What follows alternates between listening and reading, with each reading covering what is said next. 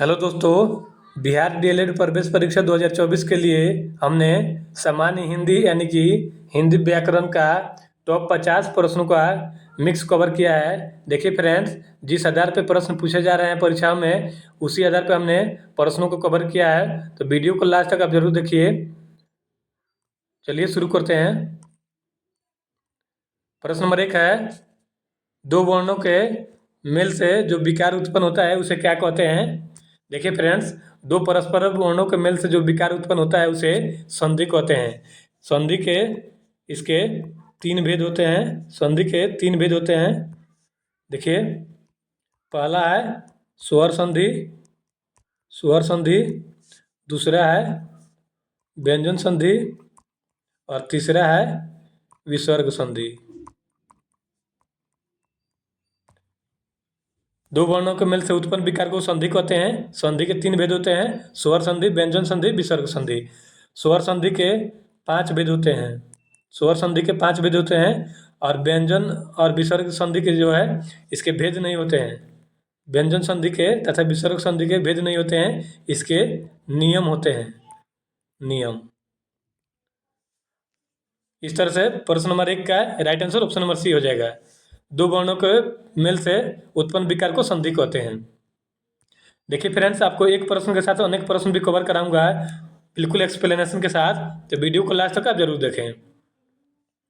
Next प्रश्न है, समास शब्द का अर्थ है।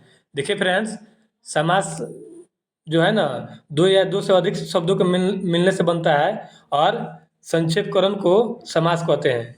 दो या दो से अधिक शब्दों के मिल से बने शब्द को समास कहते हैं या संक्षेपकरण को समास कहते हैं।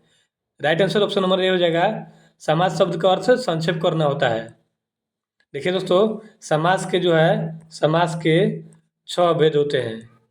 समास के 6 भेद होते हैं, इस बात का ध्यान रखिएगा।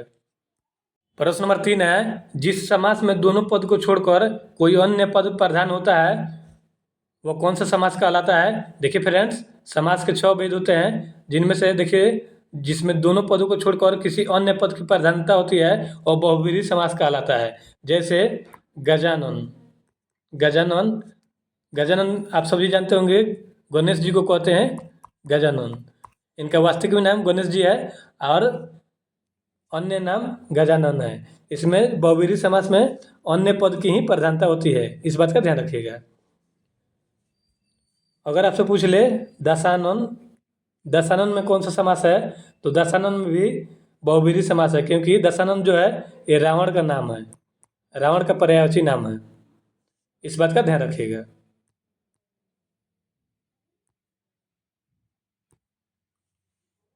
प्रश्न नंबर 3 का right answer option number B हो जाएगा। नेक्स्ट प्रश्न है, संधि और समास में क्या समानता है। देखिए फ्रेंड्स, संधि और समास में जो है ना, शब्द जो है शब्द छोटे हो जाते हैं, यानी शब्दों का संक्षेप हो जाता है। शब्दों का संक्षेप हो जाता है। Right answer option number C हो जाएगा। दोनों में जो है शब्द संक्षिप्त हो जाते हैं, यानी कि शब्द छोटे हो जाते हैं। नेक्स्ट प्रश्न है, लोटा डोरी में कौन सा समास है।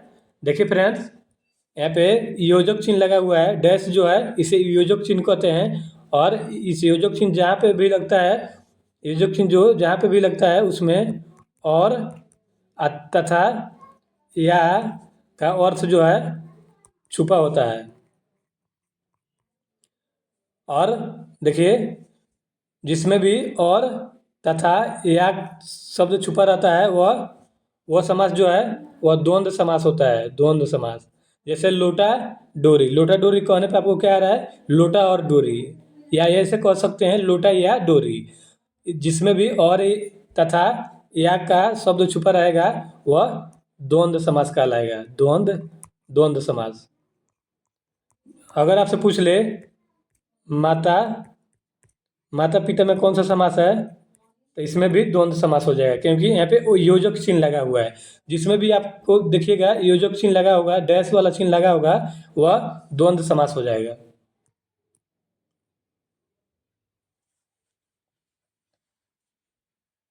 प्रश्न नंबर 5 का right answer option number D हो जाएगा। द्वंद्व समास, जिसमें भी योजक चिन्ह लगा हो, जिसमें भी योजक चिन्ह लगा होगा वह द्वंद्व समास हो जाएगा। नेक्स्ट प्रश्न है, हथकड़ी में कौन सा समास है? देखिए दोस्तों, हथकड़ी यानी कि हथकड़ी, हथकड़ी जो बता रहा है यहाँ पे बता रहा है हाथ की कड़ी, हाथ की कड़ी यानी कि हथकड़ी। जिस भी समास में देखिए दोस्तों विभक्ति का लोप हो जाता है वह तत्पुरुष समास कहलाता है, तत्पुरुष समास। देखिए दोस्तों, हथकड़ी में जो है कि इसका लोप हो गया है, कि विभक्ति जो है इसका लोप हो गया है, इसलिए यह हथकड़ी जो है तत्पुरुष समास कहलाएगा। नेक्स्ट प्रश्न है,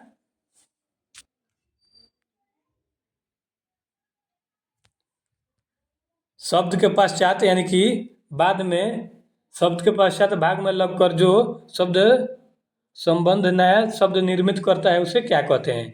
देखिए फ्रेंड्स, जो शब्द जो भी जो शब्दांश जो है शब्द के अंत में शब्द के अंत में लगकर उसमें नया अर्थ परिवर्तित कर देता है उसे प्रत्यय कहते हैं। और देखिए दोस्तों, शब्द के अंत में जो लगता है उसे प्रत्यय कहते हैं, और जो शब्द के पहले लगता है, शब्द के पहले जो लगता है उसे उपसर्ग कहते हैं। यहाँ पे देखिए क्या पूछा है, शब्द के बाद में लगकर जो नया अर्थ निर्मित करता है उसे क्या कहते हैं? शब्द के अंत यानी कि बाद में जो है ये प्रत्यय लगता है, option number C right answer हो जाएगा। और उपसर्ग जो है ये पहले लगता है, शब्द के पहले लगता है। नेक्स्ट प्रश्न है, घुमक्कड़ में कौन सा प्रत्यय है? देखिए फ्रेंड्स, प्रत्यय अभी मैंने आपको बताया, प्रत्यय जो है यह शब्द के अंत में लगता है, शब्द के अंत में जो लगता है उसे प्रत्यय कहते हैं। और इसमें पूछा है घुमक्कड़ में कौन सा प्रत्यय है? घुमक्कड़ में अक्कड़ प्रत्यय है, अक्कड़, घुम प्लस अक्कड़। तो यहाँ पे देखिए अक्कड़ ऐसा आ जा रहा है, तो अक्कड़ प्रत्यय हो जाएगा घुमक्कड़ में। Right answer option number D हो जाएगा। घुमक्कड़ में अक्कड़ प्रत्यय है। नेक्स्ट प्रश्न है, कवि बिहारी लाल किस रस के कवि हैं? कवि बिहारी लाल जो है ये श्रृंगार रस के कवि हैं।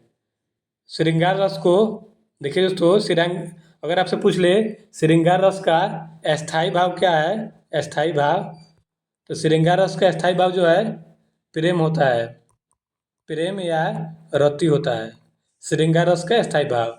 और कवि बिहारी लाल जो है ये श्रृंगार रस के कवि हैं।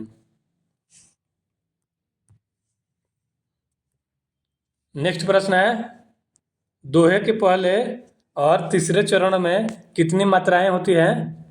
देखिए दोस्तों, दोहे के पहले और तीसरे चरणों में 13 मात्राएं होती हैं, इस बात का ध्यान रखिएगा। नेक्स्ट प्रश्न है, 3 बेर खाती सो 3 बेर खाती है में कौन सा अलंकार है? देखिए फ्रेंड्स, यहाँ पे बेर 2 बार आया है, तो जिस भी मतलब अलंकार में कोई शब्द 2 बार आए और उसका अर्थ अलग अलग निकले वह यमक अलंकार होता है, यमक अलंकार।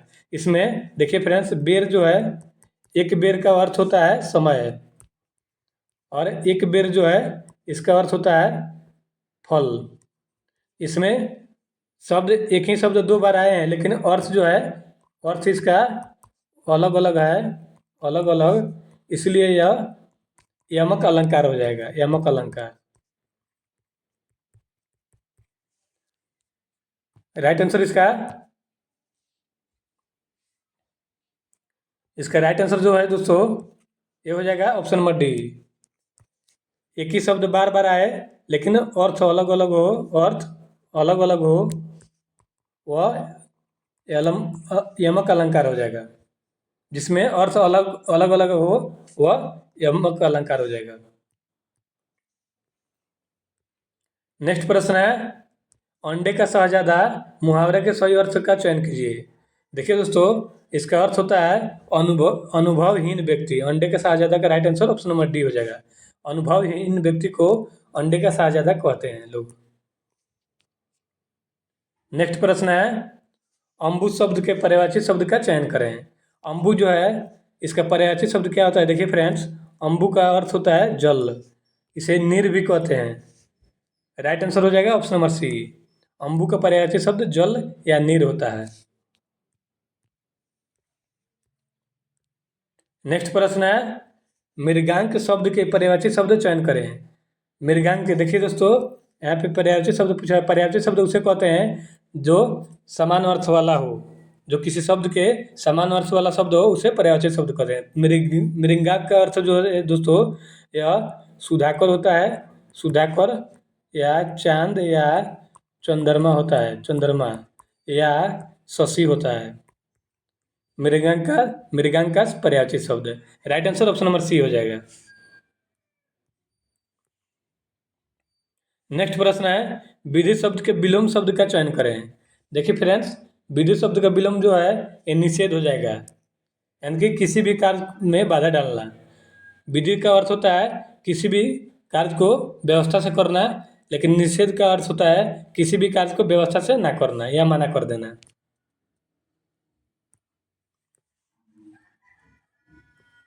नेक्स्ट प्रश्न है, देशभक्त किस तत्पुरुष का उदाहरण है?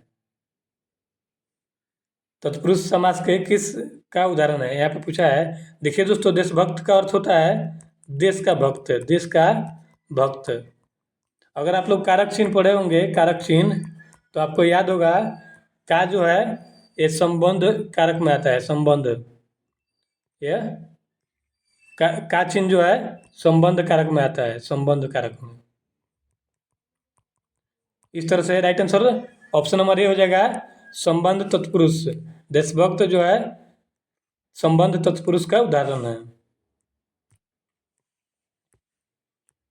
नेक्स्ट प्रश्न है, पवन में कौन सी संधि है? देखिए फ्रेंड्स, पवन का संधि विच्छेद कर लेते हैं। पवन का संधि विच्छेद जो है दोस्तों, पो प्लस ऑन होता है।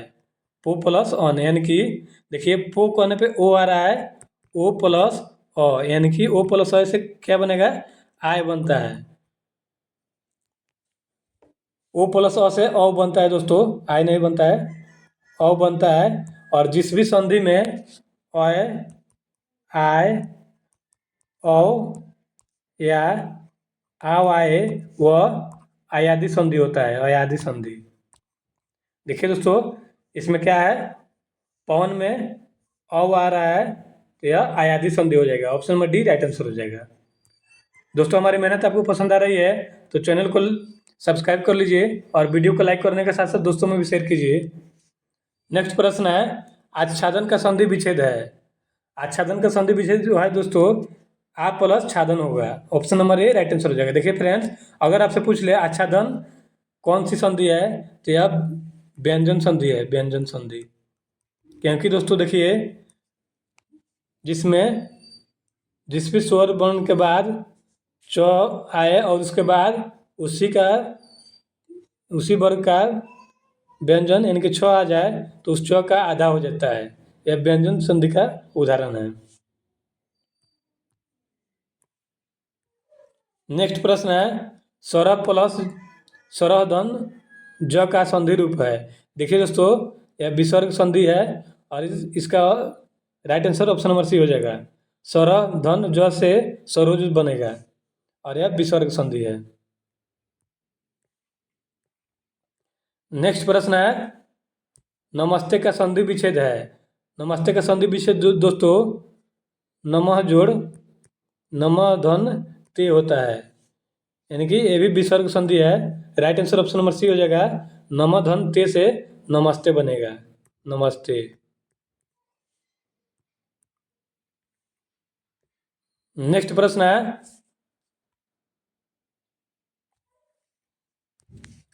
वह कौन सा समास है जिसका पहला पद संख्यावाची है? देखिए फ्रेंड्स, जिसका पहला पद जो है संख्यावाची होता है, वह द्विगु समास होता है, द्विगु समास।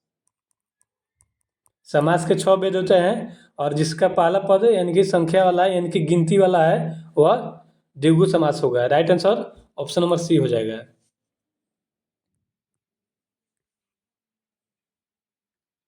नेक्स्ट प्रश्न है, वह कौन सा समास है जिसका पूर्व पद विशेषण होता है। देखिए दोस्तों, कर्मधारय समास का जो है पहला पद जो है कर्मधारय समास का पहला पद विशेषण होता है। Right answer option number C हो जाएगा। नेक्स्ट प्रश्न है, कौन सा शब्द द्विगु समास का उदाहरण है। देखिए दोस्तों, जिस भी शब्द में संख्यावाची शब्द आए, संख्यावाची शब्द जहाँ भी आएगा वह द्विगु समास हो जाएगा। देखिए इसमें कहाँ दिया है संख्यावाची, यथाशक्ति दिया है, ये नहीं होगा, ये तो अव्ययी भाव समास का उदाहरण है। पुरुषोत्तम भी नहीं होगा, इसमें संख्या नहीं आ रहा है। भूदान में भी संख्या नहीं आ रहा है। Right answer option number D हो जाएगा। सप्ताह, सप्ताह यानी कि 7 दिन, 7 दिन, सप्ताह का अर्थ होता है 7 दिन। जिसमें भी संख्या का बताएगा वह द्विगु समास हो जाएगा। Right answer option number D हो जाएगा। नेक्स्ट प्रश्न है, निम्नलिखित विकल्पों में से कानन के पर्यायवाची शब्द का चयन कीजिए। देखिए दोस्तों, कानन का पर्यायवाची शब्द जो है अरण्य, जंगल या वन होता है। देखिए इसमें कहाँ से दिया है, ऑप्शन नंबर सी में दिया है वन। Right answer option number C हो जाएगा। कानन का पर्यायवाची शब्द अरण्य, जंगल या वन होता है। नेक्स्ट प्रश्न है, किसी शब्द के पूर्व भाग में जुड़कर जो नया शब्द बनाता है उसे क्या कहते हैं। देखिए दोस्तों, वीडियो में मैंने पहले ही बताया था आपको, पहले जो लगता है शब्द के पहले जो लगता है वह उपसर्ग होता है, उपसर्ग। और शब्द के बाद में जो लगता है, शब्द के बाद में जो लगता है वह प्रत्यय होता है। इस बात का ध्यान रखिए। यहाँ पे पूछा है शब्द के पूर्व भाग यानी कि पहले में जुड़कर, शब्द के पहले जुड़कर नया शब्द कौन बनाता है, ये बनाता है उपसर्ग, उपसर्ग बनाता है। शब्द के पहले जुड़कर नया अर्थ जो बनाता है या उपसर्ग बनाता है। Right answer option number D हो जाएगा। संस्कृत में उपसर्गों की संख्या 22 है, इस बात का ध्यान रखिएगा। नेक्स्ट प्रश्न है, सफाई में कौन सा प्रत्यय है। सफाई में जो है, देखिए सफाई जो है यह स्त्रीलिंग शब्द है और इसमें ई प्रत्यय है, बड़ी ई। Right answer option number D हो जाएगा, क्योंकि शब्द के अंत में लगा है। प्रश्न नंबर 27 है, श्रृंगार रस का स्थायी भाव क्या होता है। मैंने बताया था आपको, श्रृंगार रस का स्थायी भाव प्रेम या रति होता है। Right answer option number D हो जाएगा। अगर आपसे पूछ ले वीर रस का स्थायी भाव क्या होता है, वीर रस का स्थायी भाव क्या होता है, ये होता है उत्साह। और रति का, श्रृंगार रस का स्थायी भाव रति या प्रेम होता है और वीर रस का स्थायी भाव उत्साह होता है। इस बात का ध्यान रखिएगा। नेक्स्ट प्रश्न है, चौपाई के प्रत्येक चरण में कितनी मात्राएं होती है। चौपाई के प्रत्येक चरण में 16 मात्राएं होती है। Option number A right answer हो जाएगा। दोस्तों, चैनल पर नए हैं तो चैनल को सब्सक्राइब कर लीजिए और वीडियो को लाइक करने के साथ साथ दोस्तों में भी शेयर कीजिए। नेक्स्ट प्रश्न है, अंबर पनघट में डूबो रही ताराघट उषा नगरी में कौन सा अलंकार है। देखिए दोस्तों, जिसमें भी उपमा उपमेय का बोध होगा, वह रूपक अलंकार होगा। देखिए दोस्तों, अंबर पनघट में ताराघट और उषा नगरी, इन सभी में उपमा उपमेय है, इसलिए यह रूपक अलंकार हो जाएगा। नेक्स्ट प्रश्न है, निम्नलिखित लोकोक्ति के सही अर्थ का चयन कीजिए। काठ की हांडी बार बार नहीं चढ़ती। सही उत्तर इसका हो जाएगा, छल कपट का व्यवहार हमेशा नहीं चलता है, यानी कि काठ की हांडी बार बार नहीं चढ़ती है।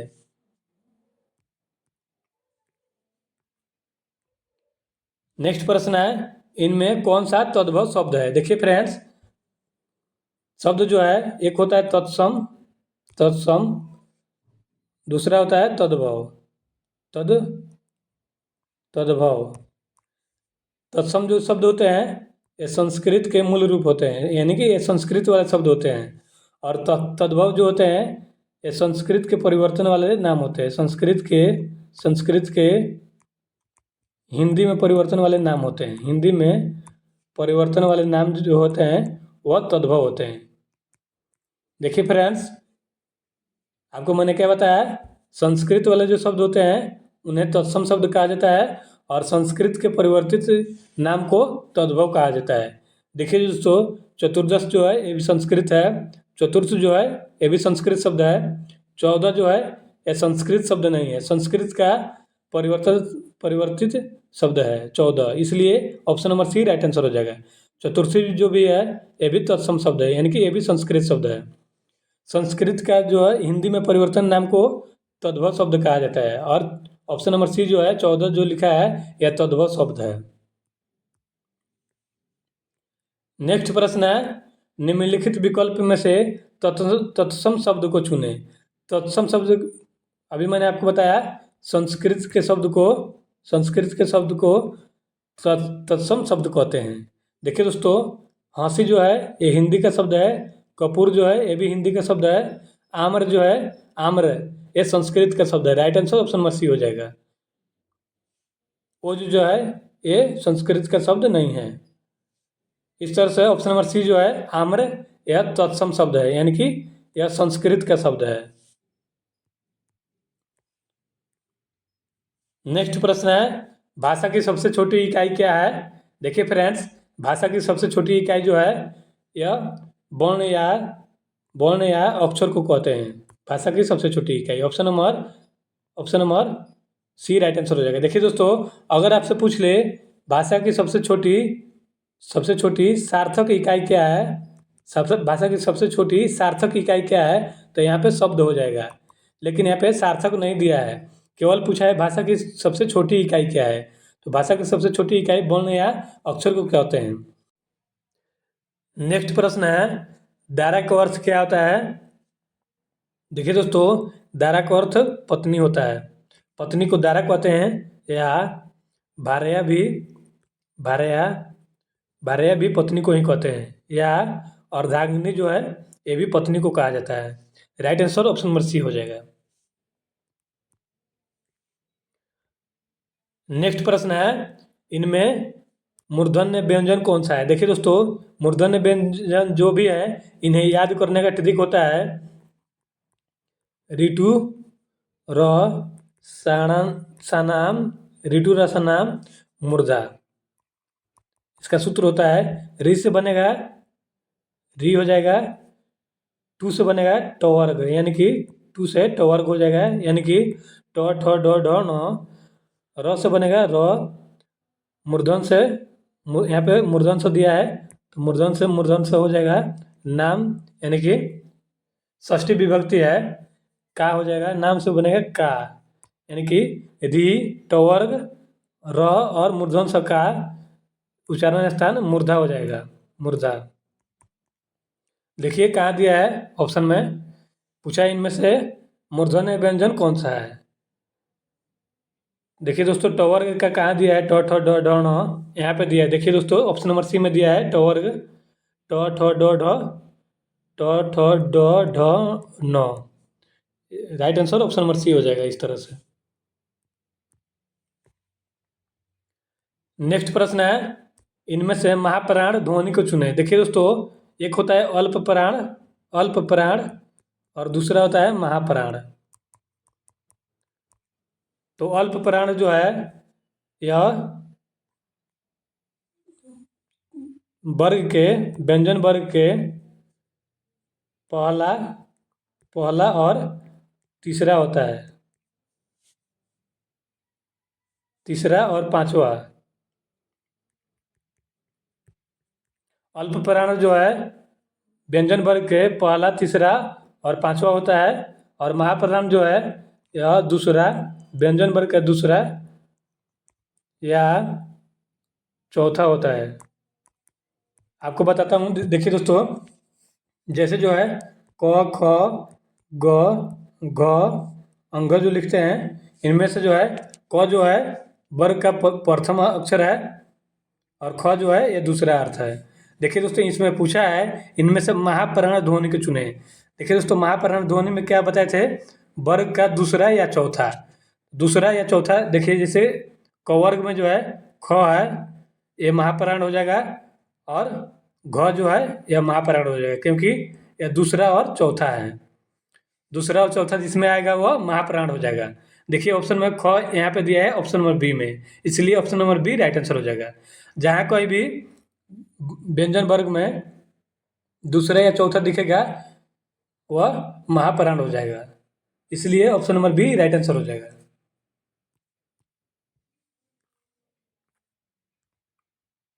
नेक्स्ट प्रश्न है, दिए गए रिक्त स्थान पर उचित चिन्ह आहा कितना सुंदर पुष्प खिला है इसका प्रयोग करना है।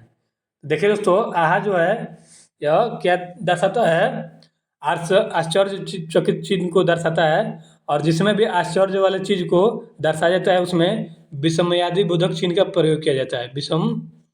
विस्मयादि बोधक चिन्ह का प्रयोग किया जाता है आश्चर्य वाले बातों पर। Option number C right answer हो जाएगा।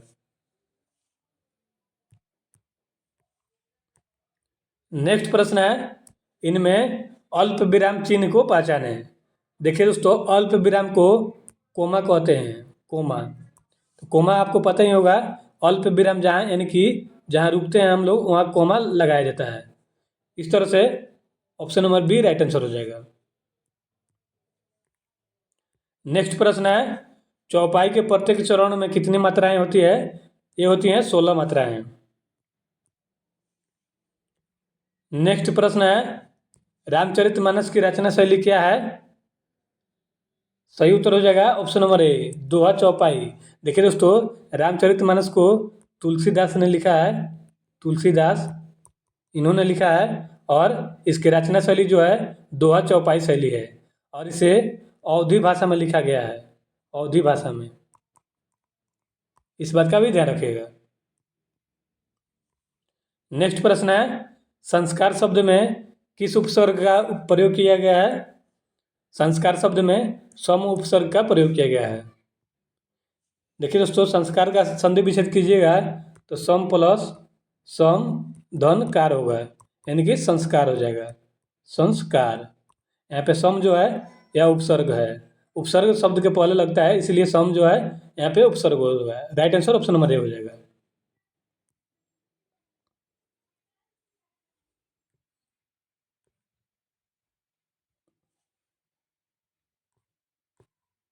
प्रश्न नंबर 41 का right answer option number A हो जाएगा। सम जो है संस्कार में उपसर्ग लगा हुआ है। नेक्स्ट प्रश्न है, निम्न में से किस शब्द में आ उपसर्ग नहीं है। देखिए दोस्तों आजन्म में भी उपसर्ग है, आगमन में भी है, आकर्षक में भी है। इसका राइट आंसर हो जाएगा ऑप्शन नंबर डी आदरणीय में जो है उपसर्ग नहीं लगा है, आदरणीय में उपसर्ग नहीं लगा है, आ उपसर्ग नहीं लगा है। नेक्स्ट प्रश्न है, निम्नलिखित में से किस शब्द में उपसर्ग है। देखिए दोस्तों मैंने आपको क्या बताया था, उपसर्ग जो है पहले लगता है पूर्व भाग में, शब्द के पूर्व भाग में, यानी कि पहले उपसर्ग लगता है। Right answer option number B हो जाएगा। पराजय में परा उपसर्ग जो है, परा उपसर्ग है। Right answer option number B हो जाएगा। नेक्स्ट प्रश्न है, अपने हाथ से स्वयं काम करो वाक्य का शुद्ध रूप चुने। देखिए दोस्तों इसका शुद्ध रूप हो जाएगा अपना काम स्वयं करो।